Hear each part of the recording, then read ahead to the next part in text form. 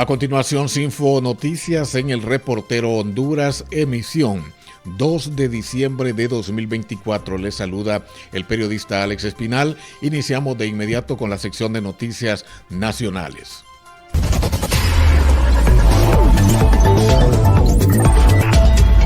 Y al menos 2 pasajeros fallecieron y varios fueron trasladados gravemente heridos al Hospital Regional del Sur tras un fatídico volcamiento de un bus rapidito en la carretera Aguasaule a la altura de la aldea El Obraje en el municipio de Namasihue perteneciente a Choluteca.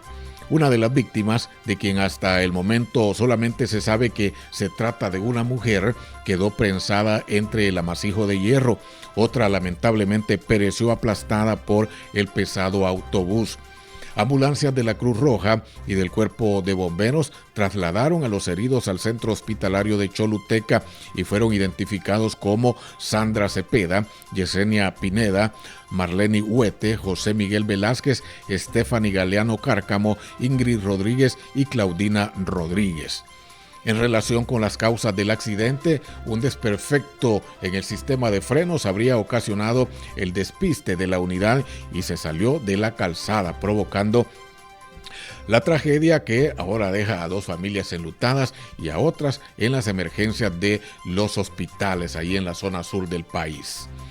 Y las lluvias que se registran en las islas de la Bahía, producto de la presencia de un frente frío que afecta el territorio hondureño, registran deslizamientos de tierra y muchas viviendas en riesgo de desplomarse.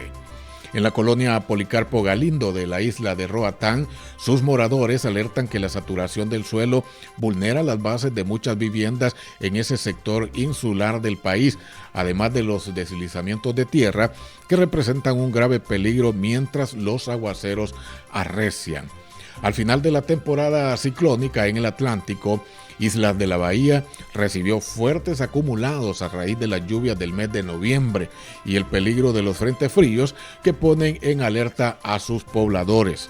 Las constantes lluvias provocadas por una masa de aire frío también están afectando severamente a la región norte de Honduras, especialmente en los departamentos de Colón, de Cortés, Lloro y Atlántida, que permanecen hasta este momento bajo alerta amarilla. Los ríos en Colón han comenzado a registrar aumentos significativos en sus caudales, lo que mantiene a los habitantes de las zonas propensas a inundaciones en estado de alerta por posibles evacuaciones. En La Ceiba, las precipitaciones alcanzaron los 163 milímetros el domingo y la madrugada del lunes, según datos del pluviómetro de la Comisión Permanente de Contingencias COPECO. Y ahora en relación a la situación que se vive en el sistema de salud de nuestro país y el abarrotamiento de pacientes que se vio hoy en el Hospital San Felipe, el diputado y médico Carlos Umaña dijo este lunes que el origen de la mora quirúrgica en el sistema sanitario de Honduras se debe a que no existen los quirófanos apropiados para resolver esa demanda. La situación se ha agravado en vista que no se hicieron nuevos hospitales y desde hace 20 años tenemos la misma cantidad de quirófanos para resolver y la población en Honduras se ha duplicado, lamentó el galeno. Los gobiernos, todos sin excepción, no previeron esta situación. Esto se hace ejecutando construcciones, haciendo hospitales de trauma, centros ambulatorios o de cirugía ambulatoria, porque el 80% de los procedimientos quirúrgicos son ambulatorios, explicó el doctor Carlos Umaña. Recordó que cuando el doctor Matthew, siendo ministro de Salud, cuando él inició su gestión, nos pidió a los diputados que le ayudáramos con 800 millones de lempiras para reparar la red hospitalaria, pero Finanzas se negó. Le quitó la partida presupuestaria porque adujeron que harían nuevos hospitales. Han pasado 3 años, los hospitales siguen con los mismos quirófanos y malos, y tampoco están los quirófanos nuevos, y hoy vemos a cientos de personas buscando atención. Esto es en relación a la crítica situación en el sistema sanitario de Honduras. En otras noticias, en el campo nacional, el secretario del Trabajo, Wilmer Fernández, destacó hoy que Honduras ha experimentado un crecimiento significativo en el nivel de ocupación laboral, según los datos de la encuesta múltiple de hogares presentada por el Instituto Nacional de Estadísticas. Según esta encuesta, a mediados de este año la ocupación había aumentado en un 86% en comparación con 2023, lo que representa un avance importante en la recuperación económica del país. Fernández subrayó que, además del crecimiento en la ocupación, también ha disminuido la subocupación, un fenómeno preocupante en el mercado laboral hondureño. La subocupación por insuficiencia de trabajo y de ingresos había mostrado una tendencia ascendente en los últimos años, pero las políticas públicas implementadas han comenzado a dar resultados positivos, dice este funcionario. En otra noticia, el índice de precios al consumidor, el IPC, en Honduras, reportó una variación interanual del 3.94% en noviembre de 2024, la más baja, según el gobierno, desde marzo de 2021.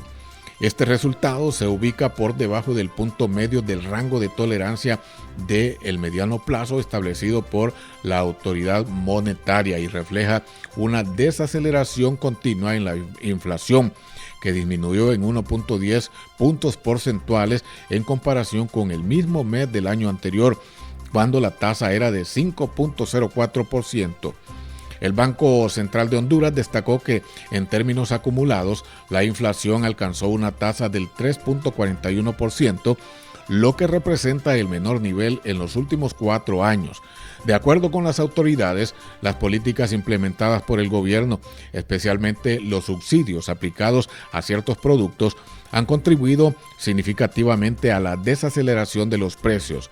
Sin estas medidas, la inflación interanual habría sido del 4.47%, es decir, 0.53 puntos porcentuales superior. Esto es lo que dan a conocer las autoridades gubernamentales. Juzgue usted. El retraso en el proceso de entrada y salida de contenedores de las instalaciones de Puerto Cortés se ha convertido en un dolor de cabeza, según lo declaró hoy el dirigente de los transportistas de equipo pesado en Honduras, Edgardo Menéndez.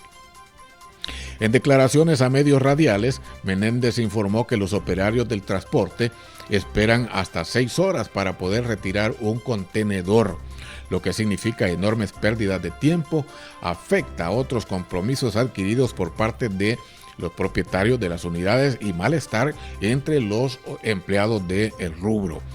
Aunque reconoce las mejoras en otras áreas del principal puerto marítimo del país, hay muchas falencias que el gobierno debe atender de inmediato para evitar que deriven en un problema mayor para el comercio, tanto nacional como internacional. Y en temas policiales, la sección antidroga de la Fiscalía contra el Crimen Organizado, FESCO, fue notificada de la pena concreta en el proceso instruido a 10 personas, entre ellos policías, detenidos hace 2 años en posesión de 50 kilos de cocaína en Tocoa, departamento de Colón. En tal sentido, se les impuso una pena de 20 años de reclusión y una multa de 666,000 lempiras. Los agentes de la Dirección Policial de Investigaciones DPI sentenciados son Óscar Rolando Casco Vanegas, Henry Antonio Murillo Olivera, Rosel Obed Alfaro Joaquín, Eric Eusebio Sauceda Alonso, Kevin Ariel González Chávez y Adín Noel Morales Celaya. Asimismo, los civiles Fanny Daniela Avilés Díaz, Luis Reinaldo López Guzmán, Cristian Orlando Gutiérrez Montes y Jorge Francisco Hernández Roque. A Óscar Rolando Casco Vanegas, además, se le impuso una pena de 5 años, 4 meses de prisión por porte ilegal de armas de fuego de uso permitido comercial. En total, en este caso, implica a 15 personas, 6 policías y 9 civiles. Esto es lo que ha sucedido en el campo nacional. Ahora nos trasladamos al campo internacional.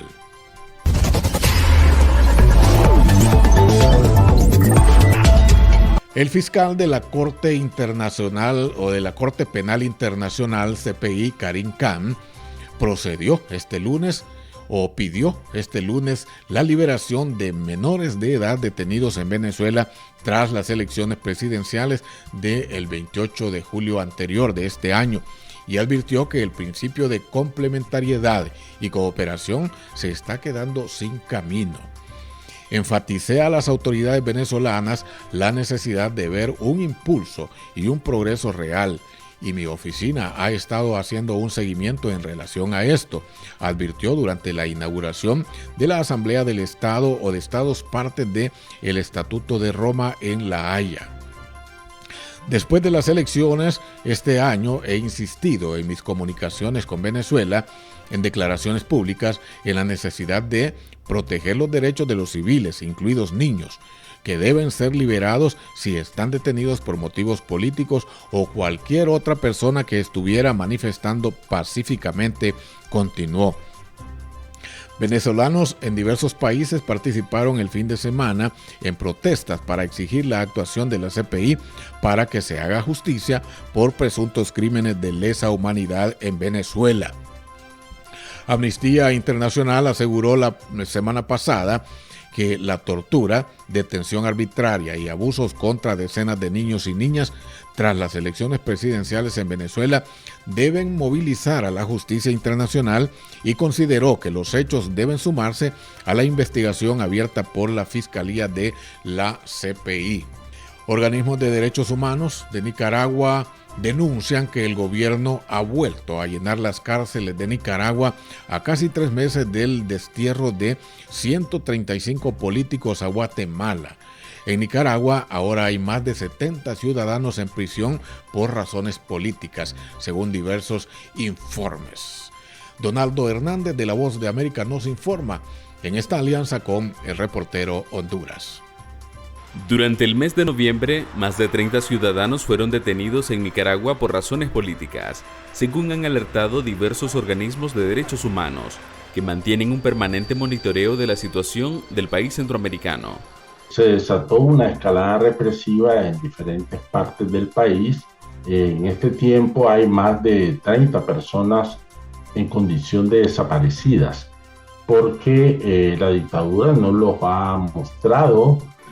Sobre estas detenciones, el gobierno de Nicaragua no se ha referido en sus canales de información, motivo por el que activistas por derechos humanos consideran que los detenidos tienen una condición de desaparecidos.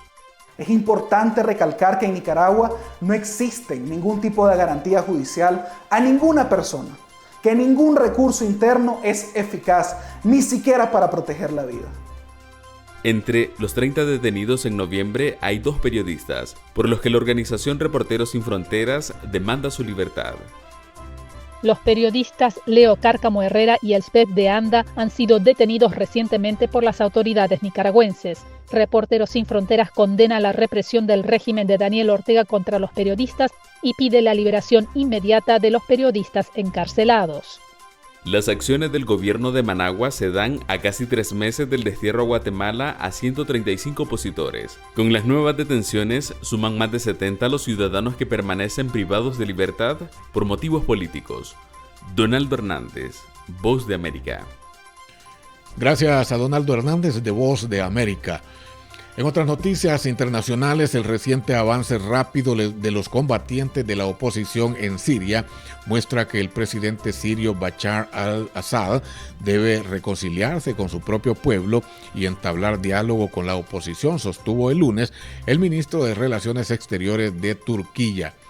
En una conferencia de prensa conjunta en Ankara con su homólogo iraní Hakan Fidan, dijo que Turquía e Irán, que apoyan a bandos opuestos en la guerra civil siria, han acordado reanudar los esfuerzos diplomáticos junto con Rusia para restaurar la calma días después de que los insurgentes lanzaran una ofensiva relámpago y tomaran casi toda la ciudad más grande del país, Alepo. El rápido avance de los combatientes que apoya Turquía representa una enorme vergüenza para Assad y ocurre en un momento en que sus aliados, Irán y los grupos que respalda y Rusia, están ocupados con sus propios conflictos. El avance es uno de los más fuertes de los rebeldes en años y plantea la perspectiva de que se reabra otro frente violento en Oriente Medio cuando Israel, respaldado por Estados Unidos, está combatiendo a Hamas en Gaza y a Hezbollah en Líbano, ambos grupos aliados de Irán.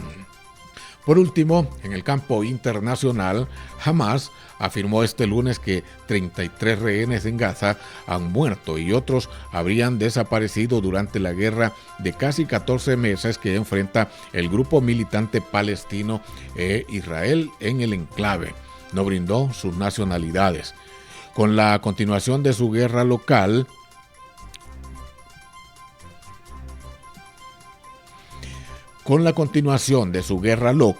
dijo el grupo en un comunicado dirigido a Israel, podrían perder a sus rehenes para siempre.